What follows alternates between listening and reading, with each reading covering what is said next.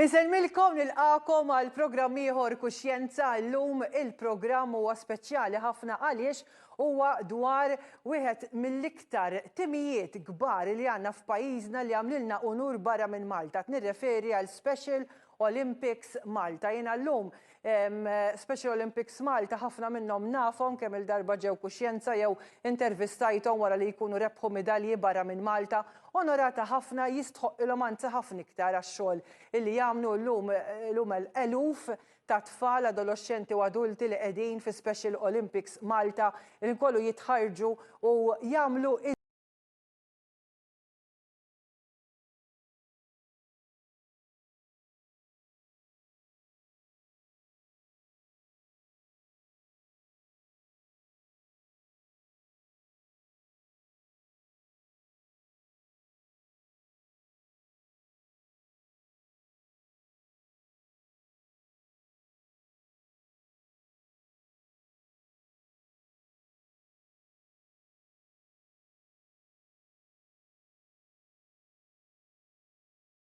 xi tħoss għalihom u kemm tħossok gburija.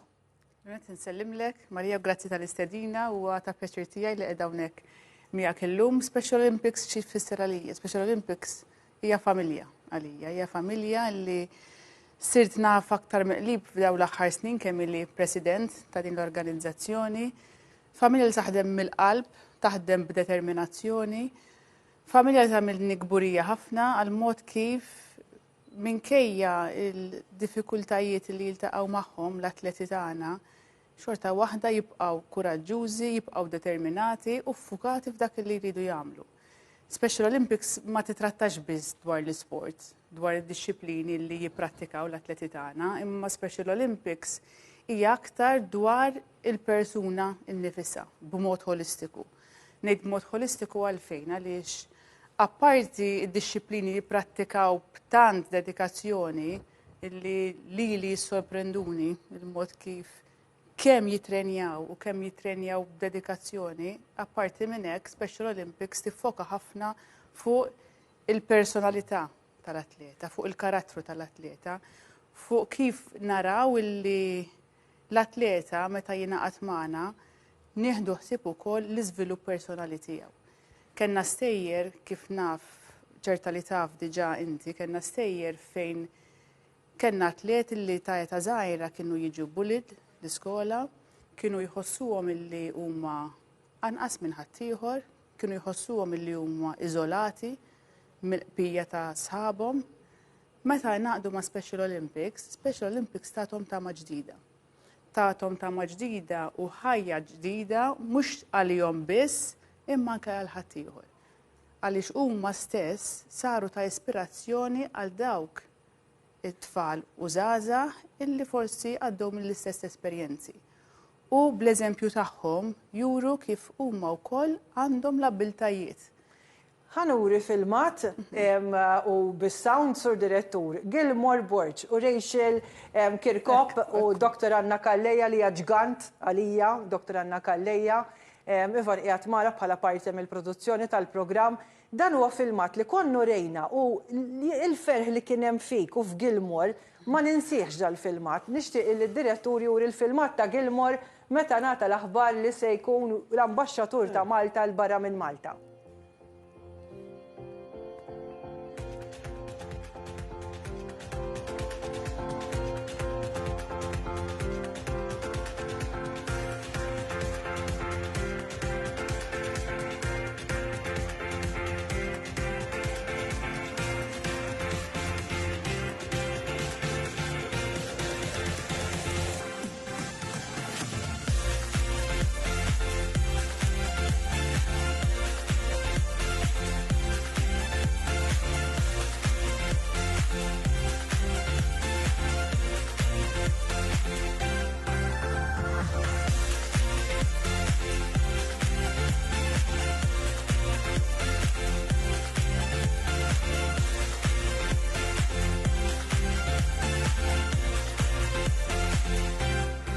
Hello, I'm Tim Shriver, and I'm the chair of Special Olympics International, and I'm also the Special Olympics International fan chief.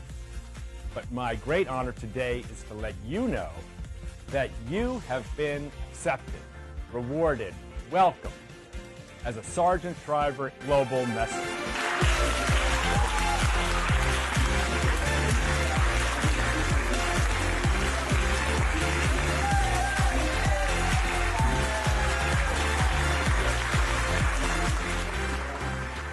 Emozzjonijiet kbar Gilmore dak il-ħin x'ħassejt. Mela, bdejt nimonsja ruħi nerġa' naraħ il-bju l-ewwel ħaġa grazzi tal-istedina u ta' din l-opportunità. Dak il-filmat għandu storja sabiħa ħafna. F'dawk il-momenti jien qas kont naf x'qed jiġri kollox kien sigriet qed nistennaw biex inkunu nafu jekk intażilx u wasanna qed nisimgħu qed naraw il-video u qiegħed kuntent hekk perħad nisma' u x'in smajt li intażilt ħassejt emozzjoni kbira. Ħassejt li bis-saħħa ta' Dr. Lidja Bela u ta' Anna Kallejja enuni nasal nimxi l-qudiem nitgħallem u nagħti iktar il-leħen biex ngħinu iktar dawk l-atleti li forsi bħalissa m'għandhomx dak il-leħen biex jitkellmu allura nkunu hemm għalihom. Għalmuni biex nkun hemmhekk biex ngħin il-ħaddieħor kif huma għenu lili, kif Issa inti kellek il-vjaġġ tiegħek bħalma qalet Dr. Bela, il-Special Olympics jgħinu l-individu b'mod holistiku, jiena niftakar l-istejjer tiegħek li kont tajt li inti l-iskola kont bagħti b'ansjetà kbira, kont tħossok inqas minn ħaddieħor wara llum il-suċċessi li għamilt li qed tirrepreżentana barra minn Malta, l-istess bħal Rachel, issa nkellmu Rachel ukoll.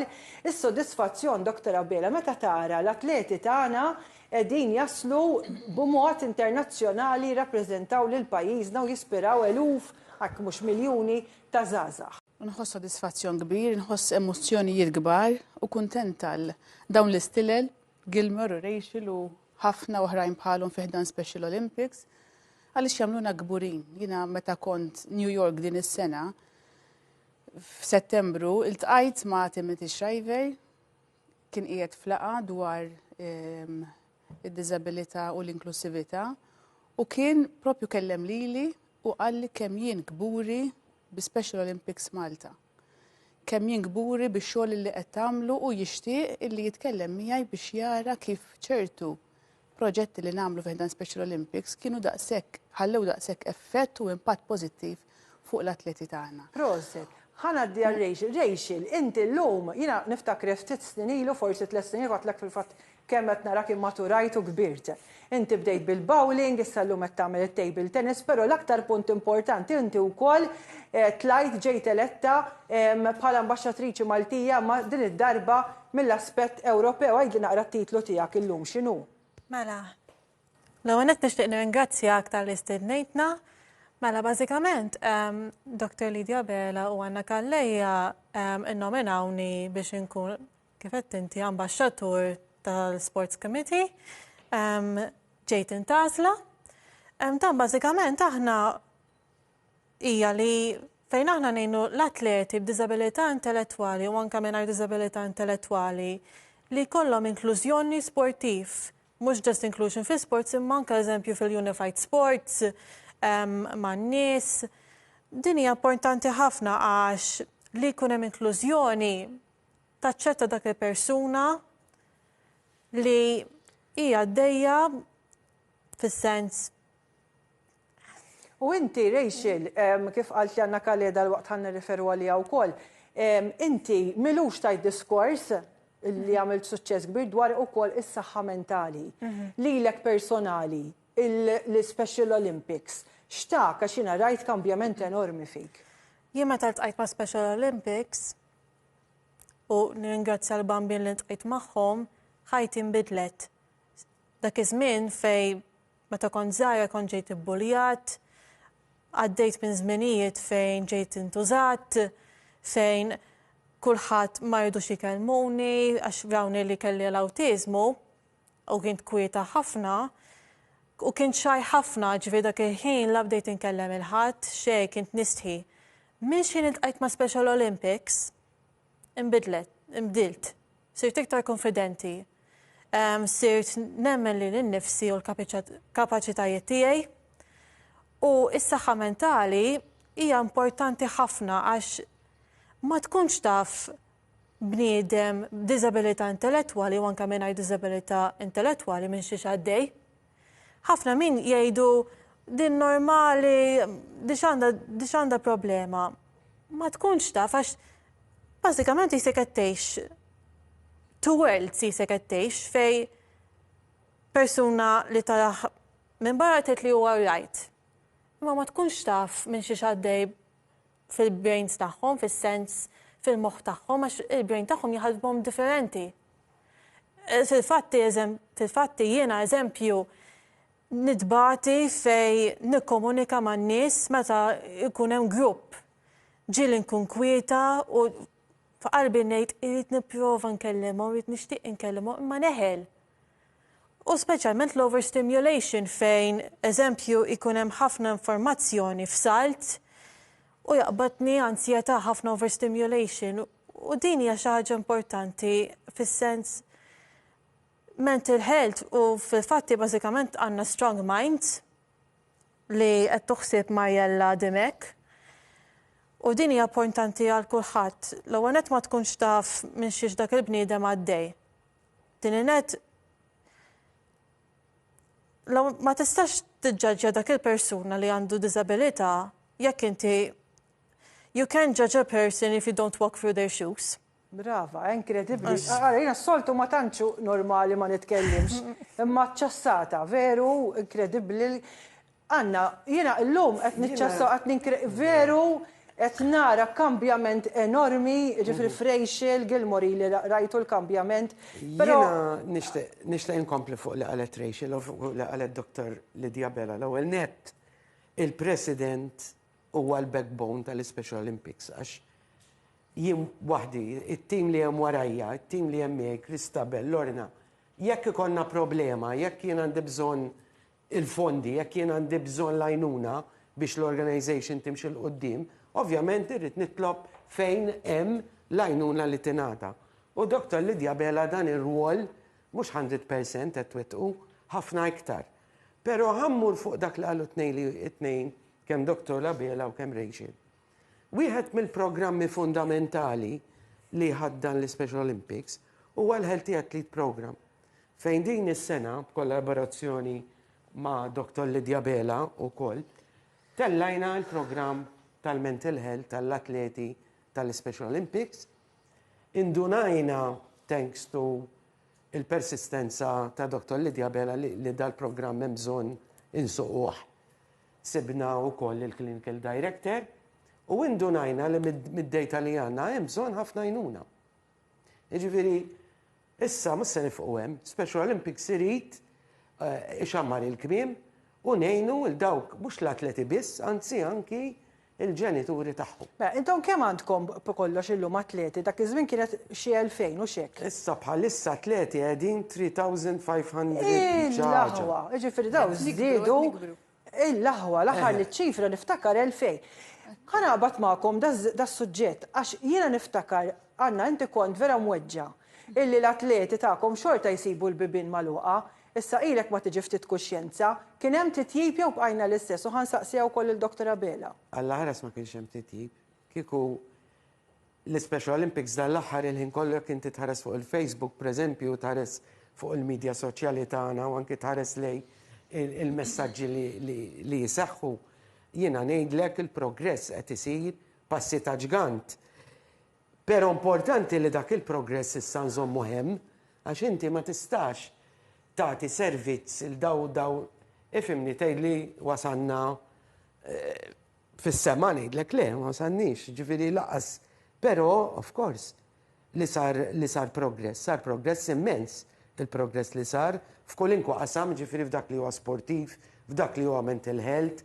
Ovvjament, Dr. Lidia Bella tat lajnuna kollha possibbli fetħet il-bibien għall-strong minds, hemmhekk indunajna aħna l-atleti tagħna u anki s-siblings l-aħwaj ġifieri u l-ġenituri hemm bżonn nisma' irridu naraw kif se ntuhom lajnuna daw, irridu naraw isma' se nagħmlu għax dawn huwa parti mis-soċjetà, parti mill-komunità. U Special Olympics għalhekk huwa service provider li flimkien mal-gvern jagħti servizz ta' eċċellenza. Ġifieri. Dr. Abela, ftit ta' naħseb xi sena u nofsilu għandna kienet imweġġa ħafna u vera ħarġet fil-programm għax tant tħobb l-atleti ovvjament illi ssib il-bibien magħluqa. Ġieli waslulek dat tip ta' ilmenti u inti x'tagħmel meta tara forsi jkun hemm min ma femx biżejjed. Niftuwa minn maħna. Nipoġġu bil-qiegħda u nispjegaw is-sitwazzjoni u nibqgħu sakemm naslu. Din is-sena Special Olympics qed tiċċelebra l-25 sena mit-twaqqif tagħha. Inħarsu lura lejn il-25 sena b'sodisfazzjon iva kien hemm sfidi li affrontajnihom flimkien jien u l-presidenti li kien hemm qabli wkoll, u llum inħarsu l-qudiem lejn 25 sena oħra. Inħarsu l-qudiem dwar x'jista' jitjieb u dwar x'nistgħu nagħmlu għall-atleti. Nfakru wkoll għandna illi dis-sena bdejna wkoll Special Olympics ġewwa Għawdex. Għaliex kien kienx hemm qabel? Ma kienx hemm. Le. U xtaqna illi nibdewha f'Għawdex ukoll għaliex kienet ikollna talbiet biex Special Olympics jagħti s-servizz tiegħu hemmhekk u din is-sena nidejna Special Olympics ġewwa Għawdex. Apparti li nidejna wkoll Strong Minds kif qalet tajjeb. Spjegaw li ftit x'inhu dan Strong Minds. Strong Minds huwa programm illi jitratta kifet fil-bidu l-atleta b'mod holistiku. Aħna ma nistgħux nippretendu illi atleta imur jaffaċċja kompetizzjoni barra minn Malta u ma jkunx preparat mentalment. Inti l-atleta tippreparah fiżikament u ma dejjem taw il-100% saħħom jitrejnjaw kuljum. Jekk għandna tgħidilhom illi jridu jitrenjaw ammont ta' sigħat, ma jistgħux jieklu ċertu ikel, jobdu 100% u ġvera għandna biex meta nistaqsihom jien preparati għall-kompetizzjoni jgħidu li preparati 100%. Imma ma nistgħux imbagħad ma nittrattawx ukoll l-ansjetà u l-istress li jkunu għaddejjin minnhom l-atleti tagħna.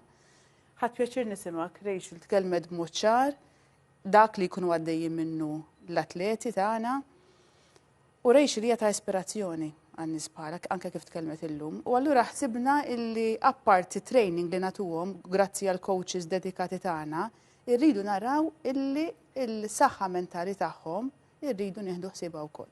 U dan il-programm Strong Minds nidejnih din is-sena u se nkunu qed nassiguraw illi fejn l-atleti tagħna għandhom bżonn servizzi dwar saħħa mentali se nkunu qed nofruhom lilhom ukoll. Jiena kburija ħafna b'dan il-programm. Ġa hemm atleti Għawdex? Għawdex iva bdejna wkoll u fuq Strong Minds bdejna wkoll u kellna rispons tajjeb ħafna. Gilmore, meta tqabbel, inti kif kont qabel? Għax jien nixtieq infakkar l-istorja tiegħek għax inkollu ta' titkellem ngħid il-laħwa. Kif kien Gilmore qabel l-iskola f'dak l-ansjetà fil-klassi u Gilmore illum? Gilmore kif kien qabel fil-passat kien Gilmore mweġġa waħdu postum ma sabux fis-soċjetà, purpose m'għandux, goals m'għandux. Qiegħed hemm ġurnata wara ġurnata tgħaddi, qiegħed preżenti u qed jistenna l-ħin jgħaddi. Dak kien Gilmore qabel. U kont bati l-iskola, kont attiva, kont bati? Kont imbagħti ħafna mill-bullying, kont niġi attakkat għax differenti, għax kont noqgħod iktar lura, ħbieb ma ħellix, kienu eżempju jekk joħorġu ma kontx niġi mistieden għax jiena differenti. Gilmore lum il-ġurnata għaw Gilmore bis-saħħa tal-President Dr. Lidia Bela u Anna Kalleja li ma rawx id-disabilità jagħmlu kif jagħmlu f'kull atleta, jaraw l-abilità, jaraw kemm huma kapaċi l-atleti, jemnu fihom u jagħtuna l-opportunità. L-opportunità li nuru il-kulħadd x'kapaċi nagħmlu. U llum il-ġurnata tibda tara minn atleti x'kapaċi nagħmlu bl-opportunità, bit-ċans, bl-imħabba, bid-dedikazzjoni li inti timbuttahom l-atleti, timbutthom li jaslu. Tikja li dejjem meta nħarsu warajna dejjem insibuhom hemm lesti biex jgħinuna, lesti biex jgħidulna kapaċi taslu. Dejjem jgħalmuna intkom differenti minn ħadd ieħor. Jiena inti avukat, jiena fix-xandir. Jiena kull ma titkellem Gilmore sa smajt ir-Rachel, ma nafx hekk taqbilx miegħi, daw tajbin ħafna fil-kelma. Il-kelma tagħhom hija u turi eżatt fejn qegħdin mentalment. Saħħitha ħafna, għandhom kelma b'saħħitha ħafna. Huma ta' ispirazzjoni dik hija l-kelma li tiddiskrivihom. Jiena narhom bħala ispirazzjoni għal kulħadd. Il-mod kif iġibu ruhom, il-mod kif jippreparaw ruhom għal-kompetizzjoni. Gilmore irringrazzja lil Anna u lili. Ma jiena nirringrazzja wkoll il-ġenituri tagħhom. Veru. Għaliex il-ġenituri tagħhom huma ta' eżempju għal ħaddieħor. Meta narhom jipparteċipaw f'kompetizzjonijiet u huma kif huma bejnietom, aħna spjegajnija, diskrivejnija din bħala familja. Li ninnota fihom illi għalkemm hemm differenza, Gilmore qal kont inħossni differenti minn ħaddieħor. Xi kultant dik id-differenza meta nibdew naraw xi ħadd ġenituri qabbel it-tfal tiegħu ma' tfal oħra, trid tikkompeti biex tkun aħjar mill-ieħor u ma naċċettawx lil nfusna kif aħna, dik ma tħallinix nilħqu il-100% tagħna u xi kultant tidħol il-pika u lejra. Fil-atleti ta' Special Olympics dik ma taram kien. Veru ta'. Kollha jaċċettaw lil xulxin, kollha jaċċettaw id-differenzi li hemm bejniethom u jabbraċċaw huma kif huma. Japprezzaw li huma kif huma u japprezzaw il-kapaċitajiet tagħhom. Il-fatt li kollha kemm aħna għandna kapaċitajiet differenti, li kollha kemm aħna għandna abbiltajiet differenti, imma meta naqduhom kollha flimkien dawn l-abbiltajiet nagħmlu affarijiet kbar. U dawn l-atleti huma ta' ispirazzjoni għalina l-koll. Ivan, rajtek qed daf li inti tħoss ħafna meta bdiet titkellem Rachel u meta bdiet titkellem Gilmore. Naf li ġili smajthom, imma illum rajtek naqra emozjonat. Għax il-Gilmore ġili smajthom, ma ħseb il-Rachel bħali qatt ma smajthom. Verament, kif qed tgħid inti. Illum emozjonat ngħid ruħi u bdejt ngħid mank meta kont żgħar kien hawn għajnuna. Proset Dr. Lidja, proset anki Anna, jiena kont bniedem misti ħafna ma kontx nitkellem, kont ikolli ħafna bullying, jien kont intemtem. Allura kienu isawtuni, warbuni ma joħorġux miegħi ma kellix ħbieb. U meta bdejt nara daw it-tnejn jitkellmu bdil konfidenza qatt mank jiena ħlejt ħafna mit-tfulija tiegħi fil-ħajja tiegħi. Illum rajt il-ġurnata thanks God timxejt ħafna qudiem. Imma kemm intkom bravi. Hekk kważi qabbessu li tbuħ ngħidilkom vera proset tax-xogħol li qed tagħmlu għax għadkom ma tafux. Illum apparti intkom qegħdin hawnhekk min naf kemm qed tagħmlu kuraġġ il ħafna telespettaturi oħra li jsegwu dal-programm Kuxjenza u qegħdin intkom bil-messaġġ tagħkom intkom illum għattulhom qumu minn hemm. Umu minn hemm għaliex hemm min forsi mhux qiegħed magħkom fl-special magħkom f'dan il-grupp tagħkom, però għax għadhom iżommu lura għax anki rajt ġifieri naf kemm hawn nies li jżommu lura, però jngħidilhom ikkuntattjawhom dawn in-nies għaliex kemm sabiħa li wieħed issib li jtik idejh u jgħidlek ejja għajni. U llum verament ngħidilkom proset. Anna. Ara, l-Special Olympics tagħti ċans lil dawn l-atleti joħorġu l-abbiltajiet tagħhom. L-abbiltà li Gilmore u Rachel kapaċi hemm barra iwasslu messaġġ vera, reali lill-komunità. Għax meta qed jitkellmu daw minn qalbhom, qed jitkellmu mill-esperjenza li għaddew minnha. Mhux qed jitkellmu minn dak li tgħallmu. U wara kemm ġibtu riżorsi intom għall-pajjiż, ħanidilkom għall-fex kif qed jgħid qed nipprova norbot kollox. Li kieku Gilmore ma sabx Special Olympics, u kieku Rachel ma sabx Special Olympics, jaf kemm atleti dawn l-eluf. Kieku l-lum huma nies differenti, forsi qegħdin fi sptarijiet, forsi marru lura f'saħħithom, jiddependu fuq ċertu kura, ara, jiġifieri intom ara il-ġid li qed tagħmlu, Aħna l-importanti li apparti l-isport l-empowerment kollu li rridu nagħtu l-atleti kif qal id-Dr. Lidja huwa holistiku. Aħna rridu nagħmlu l-atleti ċittadini hemm li jaħdmu, li jkunu produttivi, li jgħaddu l-messaġġ u li ovvjament jikkompetu jibħu l-medalji at the end of the day għax imbagħad hemm ukoll l-isport. U li jiġu rikonoxxuti ta' dak li qed jagħmlu. Jiġifieri jien hemmhekk forsi mweġġa' ftit anke fil-ġurnaliżmu. Jiġifieri sorry ta'tni, imma għax rebaħ medalja, għax rebħet medalja Anna Kallejja, semmejni 1000 darba. Imma xrebaħ medalja Gilmore semmejni darba. Ġifiri hemmhekk isma' ejja nkunu ugwali ma' kulħadd. Ġifiri fid-dinja tal-isport mhijiex biss tal-elit, hija ta' kulħadd. Anki jekk għamilt mixja, inti għamilt xi ħaġa sportiva. Eżatt. Qabel ma nagħlqu xtaqt messaġġ minn għandek Dr. Abel għal dawk li forsi għadhom jaħsbuha biex intuhom kuraġġ u mbagħad messaġġi ostra wkoll ma' Gilmore u Rachel. Nixtieq kif huma Gilmore u Rachel ta' ispirazzjoni għalija u għal ħafna atleti, nixtieq li min qed iżomm lura, min iħoss ġewwa fih. ċertu toqol jew inkella jħossu minn differenti minn ħadd ieħor, jiena nemmen illi f'kulħadd, f'kull wieħed u waħda minnha hemm żerrija illi meta tindukra se tikber u se tifjorixxi. U allura ejjew użaw dak il-potenzjal tagħkom, imxu l-qudiem, tħallu xejn u lil ħadd iżomkom lura għax Special Olympics qiegħda hemmhekk għalqet 25 sena u nħarsu l-qudiem lejn il-25 sena illi ġejjin. Waħda mix-xewqat tiegħi li Special Olympics ikollha d-dar tagħha. Qegħdin nikbru, l-atleti qegħdin jikbru u m'għandix dubju se nkomplu nikbru fi żmien li ġej. U waħda mill-ikbar ħolmi tiegħi li Special Olympics ikollha d-dar tagħha biex tilqa' aktar u aktar atleti. Ħalli dawk illi eventwalment imbagħad jagħmlu l-kuraġġ kif qed ngħidulhom illum ikonna fejn nilqawhom. Interessanti, din news item. Rachel, għax speċjalna l-ħin Gilmore ta' messaġġ qasir ħafna qabel nagħla lil dawk illi biex ittihom kuraġġ u jiġu magħkom ukoll. Mela l-messaġġ tiegħi huwa li toqgħodux tibżgħu tfittxu l-għajnuna u li tuħu riskju jista' jinbidlek ħajja tajjeb ħafna. Kemm inti brava, di veru, ma nafx jien Gilmore u Rachel, kemm intom bravi. Jiena li jara kull meta jkun hemm bżonn naħseb naqa' kuraġġ ħanibda nċemplilkom għax veru tispirawni u tġibuni f'posti. Nirringrazzjakom Anna Kallejja, Gilmore Borg, Dr. Lidia Bela, l-President ta' Special Olympics Malta, Rachel Kirkop u Ivan. Grazzi li kontu magħna dan kien kuxjenza llum dwar Special Olympics Malta. Grazzi lid-direttur Marco Spiteri, grazzi lill kameramen li għandi hawnhekk u dawk li qegħdin fil-kamra tal-kontroll. Grazzi lilkom ukoll li tibatuli ħafna messaġġi fuq kuxjenza fuq Facebook u anki Instagram. Nerġa' nkun magħkom il-ġimgħa d-dieħla u grazzi ħafna.